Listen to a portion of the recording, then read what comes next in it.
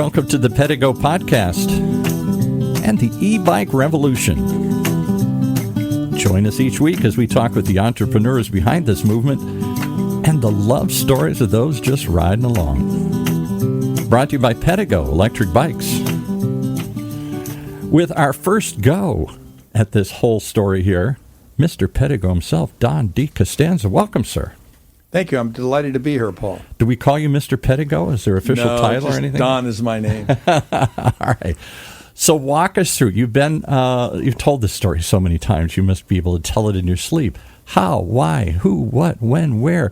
You had a whole career before this. You had a very successful life before you stumbled onto e-bikes, right? Well, yeah, it started with me first learning about e-bikes back in the late 1990s when Lee Iacocca had a brand of electric bikes that he was trying to sell here in this country. I remember after he left Chrysler, he had this vision of e-bikes, and everybody said, "Have you lost your mind? You're not running a Chrysler Corporation or Ford anymore. You're going to run e-bikes?" And people said, "I didn't know what that was." Yeah, so that's almost an episode in itself, but it was the first time I'd heard of it, and we can certainly do a deep dive into that. And I'd love to at some point, yeah. Other guests can get involved with it. Unfortunately, Mr. Iacocca passed away a year or two ago, but he was a fan of Pedego. His daughter lived next door to one of our customers, and one day he walked out in his wheelchair and saw the Pedegos on the back of a friend of Tom's car.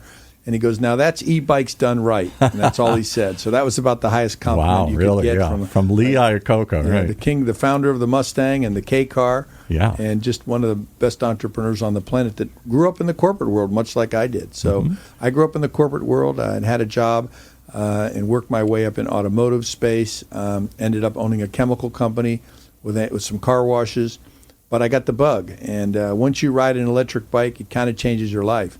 First time you ride it, you'll remember, and then all the rides after are just part of an ongoing adventure that most people get to experience, and once they do, they get a taste of it. So had you sold that all and left that all? Were you in the enjoying life part of your journey here, and just fooling around, looking around, or was this something you were actively seeking, another business here? I was not seeking it. It was an accident. My company was in Texas, and I had an office at the beach at the top of a hill. And at lunchtime, I wanted to go down to the beach and have lunch or go visit with friends, or after work, go have a drink. And I love to ride my bike at the beach, but I didn't like going up the hill afterwards. Down was fun. Up was hard. That's exactly right. And it's actually more fun riding a Pedego up a hill than it is down a hill. Really? All right. Well, we're going to talk about that. All right. So you had this need, and you looked around, and you said, well, there must be something I don't want to take the car down to the beach. I don't want to walk down to the beach. And you discovered this thing called an e-bike. What was that like? Was it an epiphany? Did the sky open? Did it suddenly say, this is the future? Sort of. The sky's always open when you're at the beach because it's beautiful blue skies. But I did research online, and this is back in 2006, and I found that the company that claimed to be the largest electric bike retailer was not in California, but in New York City, in Manhattan. That's strange. And on the Upper East Side. So I got them on the phone. I picked a bike that I wanted. They shipped it to me. It came in a box. It didn't work when I got it.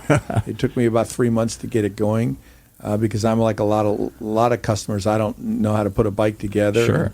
I can maybe put air in the tires, but don't ask me to adjust the spoke or anything else. So or the gears or anything else. Yeah, you got to adjust the derailleur. There's a lot of adjustments you need on a bike to fine-tune it. So I bought this one bike online. They shipped it to me. It came in basically broken. I spent 3 months trying to get it running. Once I got it running, I had that aha moment because it got me up the hill. I said, oh, my God, if somebody did this right, there'd be something to this.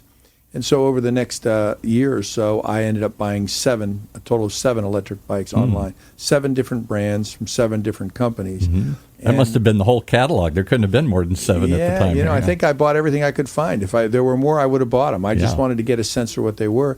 And then I went around to the bike retailers here in Southern California, and when I brought up the word electric bike, they showed me to the door.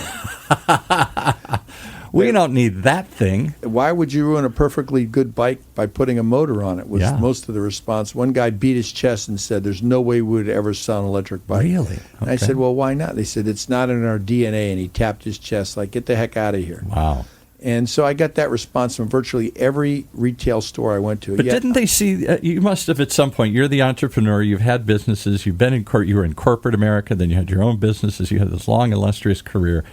At some point you went, hey, if I want this, there are other people who want this, and probably for the same reason, because at a certain age, I'm sure it appeals to lots of people, but let's be honest, for men of a certain age like you and I, it's hard riding a bike. That's why I probably haven't ridden a bike in 20 years. Well, the reason people stop riding bikes is it stops being fun. Yeah. When the exercise is more painful than the enjoyment you're getting from riding a bike, then it stopped being fun. So I decided that after 7 of these bikes and my friends coming over riding and up having a great time, that I would have an experiment and open a retail store. And I went big. I rented I've heard this story. You went real big, yeah. I rented a 3,500 square foot building next to the crab cooker in Newport Beach, California. When I say next to the crab cooker, I mean next door. It was contiguous. We shared a wall with the crab cooker. Yeah. Ate a lot of clam chowder that year. This is like right on what, Pacific Coast Highway or something? No, this is on Balboa Boulevard, on Balboa Peninsula. There you go. And so over that year, I tried everything electric. We put electric golf carts, electric skateboards, electric scooters, electric bikes. We even had an electric car, a Zen electric car, a ZENN, now defunct, a Canadian company that gave me one on consignment. And I quickly figured out that electric bikes is where it's at. Everybody wanted one. They bought them in pairs, but I didn't have any. Nobody made one that was decent. So let me stop you again, because I know you want to race through the story, and this is I don't got to come up with this next epiphany. You had a need. You bought a bike. You bought some more, you started fooling around with it, and suddenly you said, I'm going to go into this business. Why? Nobody was in this business then. Well, because I saw a need. I saw an itch that needed to be scratched, and I agree with you. I think there was the people that were buying these bikes were couples in their 50s and above that wanted to ride their bike and wanted to ride just like me. They wanted to, and so I realized that I'm a proof of concept and scale person. So the concept was electric bikes, really cool, right? Right. The proof of concept is to sell a few. Yeah, you can sell 5 or 10 or 15 or 20. Well, then why can't you sell 500 or 1,000, or in our case, hundreds of thousands now? Right. Because there's a market, and it still haven't even scratched the surface for what the potential is. So the second part of the question is, you answered why e-bikes. Why didn't the other ones work as well? Why is e-bike the sweet spot? Well, are you talking about other brands? You're talking about scooters, skateboards, cars, everything. Cars are starting to come into their own. But for a long time, there were a lot of experiments. There's still a lot of experiments with electric transportation, whatever you want to call it, electric mobility. And slowly but surely, we've had them on our station, other shows here, talking about e-skateboards, e-scooters, V's, electric vehicles and stuff. But you saw bikes. In a word, the answer is fun. And but it's more than that, because it's recreational fun, and it's community, and it's having something you can do and get some degree of exercise. It's something you can do socially, and it's something that's the great equalizer, because nobody's electric bike is going to go faster than your electric bike, because they all go up to 20 miles an hour, and nobody runs them at 20 miles an hour when they're riding with a group. Right. They may run around at 10 or 12, and everybody gets to keep up. There's no strength issue. There's no stamina issue. Everybody gets to ride, and what's amazing is everybody has a smile on their face before, during, and after they're riding that. You can't say that about an ordinary bike ride, and I can't say that about a scooter or a golf cart or an electric car. Yeah. It's just a transportation piece. The other thing I see is what you alluded to. It's couples, it's groups, it's your friends and you. I might take a skateboard.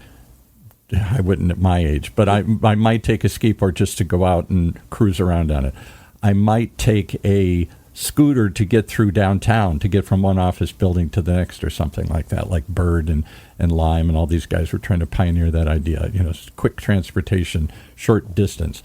A car, a whole nother thing. But this idea of a bike is something, I think it's unique because it's a herd, it's a tribe, it's a group thing you do. Well, that's part of the whole Pedego experience, too. We build community where people do ride together. A lot of times I see other electric bikes out there. They all seem to be riding by themselves. Mm-hmm. I always say, if you want to ride by yourself, get another brand. If you want to ride with a group and a community, get a Pedego. Yeah. And it actually rings true. If you go out and ride around and see the people riding, you see lots of individual people riding electric bikes. But when you see a Pedego, it's usually in a herd or with a group. And it's kind of a community thing.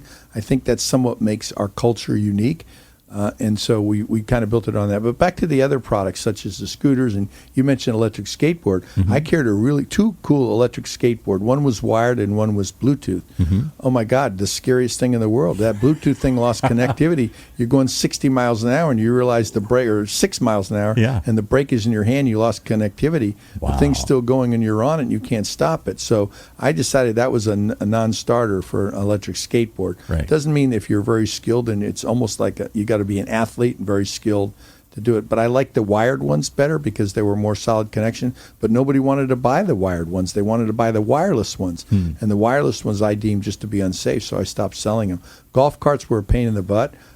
They were expensive, and there wasn't a whole lot of margin in it for me as a retailer. Mm-hmm. And you had to transport them with a trailer and ride them up. And when it broke, people wanted to go out to your house and fix them. With a bike, they ride it away or they put it on the back of the car. And when it's broken, they bring it back to you. And you fix it. So the sweet spot wasn't just the experience; it was all the other things that go into the considerations: the price point, the ease of transport, of moving it around, the riding it together as a group. There were a lot of different factors. Yeah, but the magic was the fun that people had. You keep saying that fun's a hard thing to put your finger on. Well, but I feel it when I see people, when I've ridden your bikes and when I've seen people on these bikes. Why is this so much fun? Well, I think it has a sense of empowerment. You can go out there and enjoy the sights. You can go out there and have the thrill of a motorcycle without the danger. You can have the opportunity to get some exercise without having to get strained. And you can go all day long. Yeah. You know, people ask me, how far do the bikes go? And I say, well, with our latest batteries, further than you're going to want to ride at any given time. Yeah. So you never worry about running out of battery. Early days, the batteries only went about 10 miles, and they'd run out, and that was not so much fun. There were a lot more not so much fun in those days because the technology wasn't there, and the quality of the bikes. Lithium was a big changer, right? When you guys, because in the beginning you were doing lead acid batteries. Total game changer. So the reason Pedego got formed is because I discovered lithium batteries. All the early bikes that I had and that I sold had lead acid batteries, and these were 30-pound packs. They were basically three 12-volt motorcycle batteries, strung together in parallel to go on the back of the bike. That's a lot of weight, and they only worked for 10 miles, and their duty cycle was only 100 to 200 charges. So you'd have to, basically every 200 rides, you'd have to throw it away and buy new ones. Yeah. And that just wasn't appealing. When lithium came around, and at that time there was 1,000 cycles. Now it's thousands of cycles. Yeah. They pretty much will last, 5 to 7 cycle meaning years. How many times you can charge it and recharge Correct. it. Right? Yeah. Correct. And so they had very limited distance, and they had very limited cycle life. Now they were inexpensive, but 12-volt battery were not designed for constant discharge. They were for that quick start a car, start a boat, start a lawnmower. They weren't designed to run. No, never not to be the power source. So that was the game changer, and that was the thing that was missing. We talk about Lee Iacocca. He failed for 5 reasons, and trust me, I knew the whole Lee Iacocca story from the get-go. I studied it because I said, what makes me think I can do it with just a few $100,000? And he had $50 million to start, and he failed. Connected, well-known guy, hired. And they were distributing through the Ford dealerships, as I recall. That was another failure they had, through car dealerships in general. Yeah, he failed for 5 reasons. Right. I knew and understood all 5. And we can have that as a different topic. Let's do that some other time. It's a fascinating story. Okay.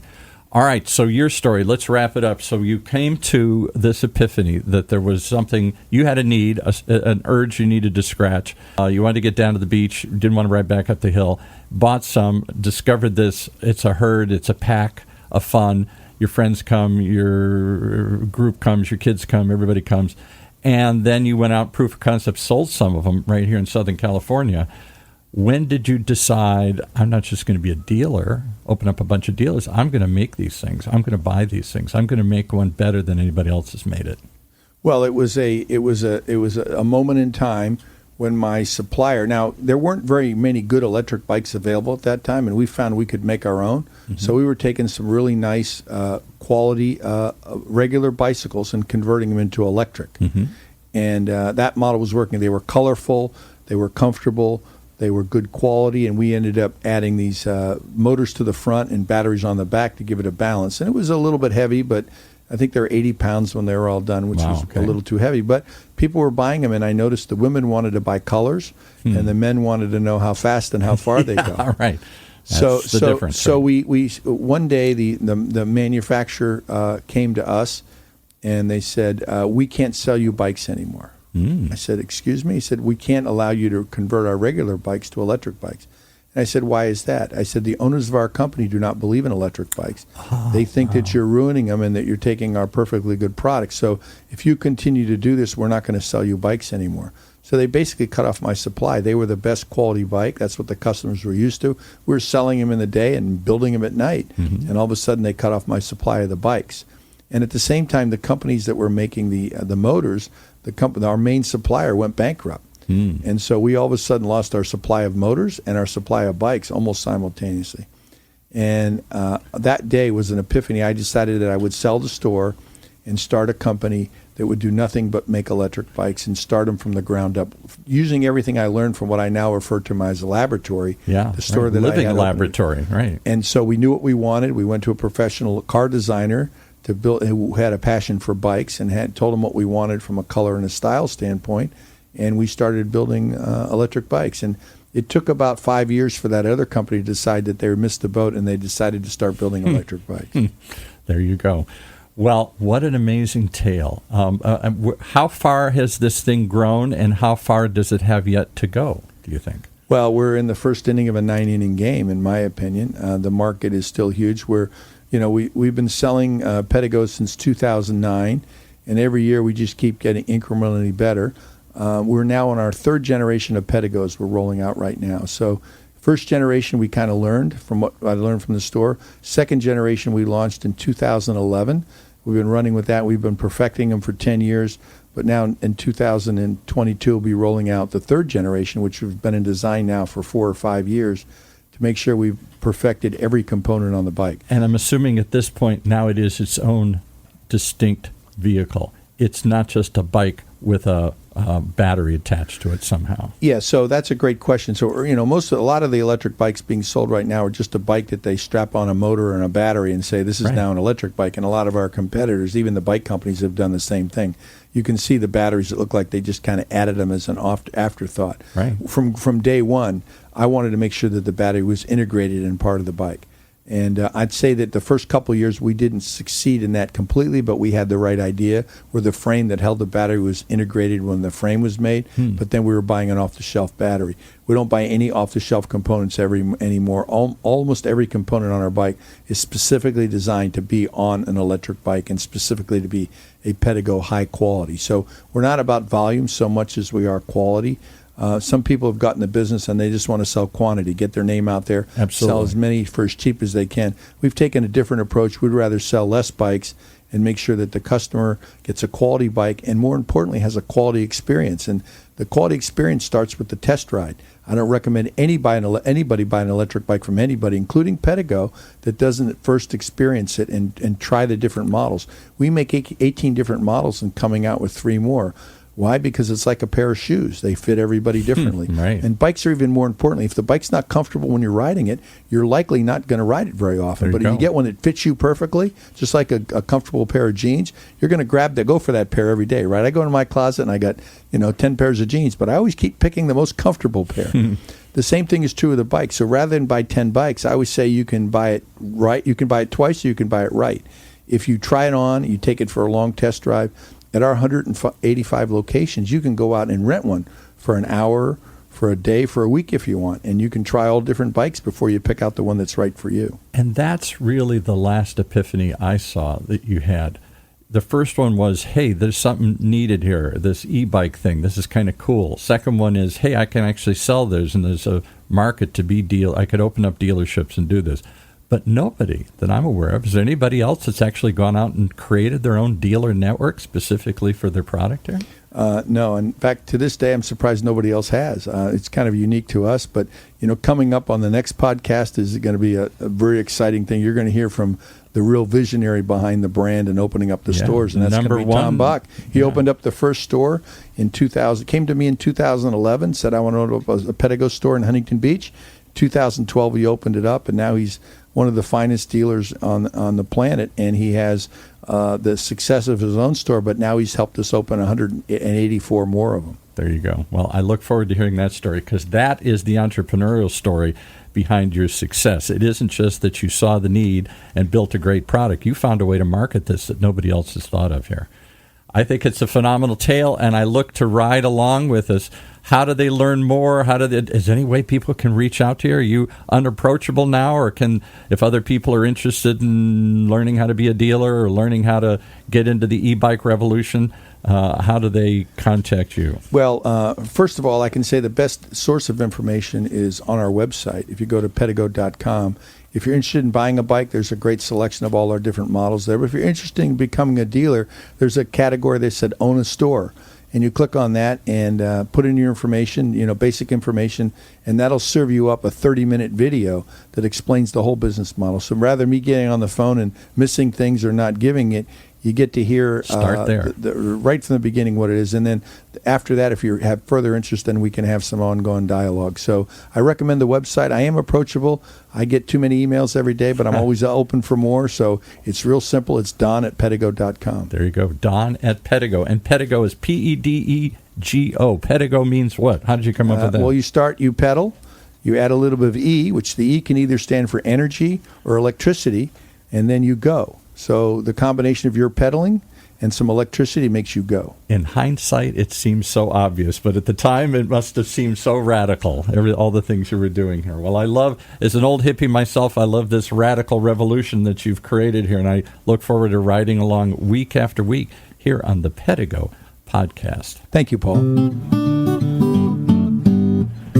Well, there you have it, the latest installment of the Pedego podcast, an e-bike revolution. Join us every week as we talk with the entrepreneurs behind the revolution, powering the movement, and the love stories of those just riding along. Brought to you by Pedego Electric Bikes. For more information, simply visit Pedego.com. That's Pedego, Pedego.com.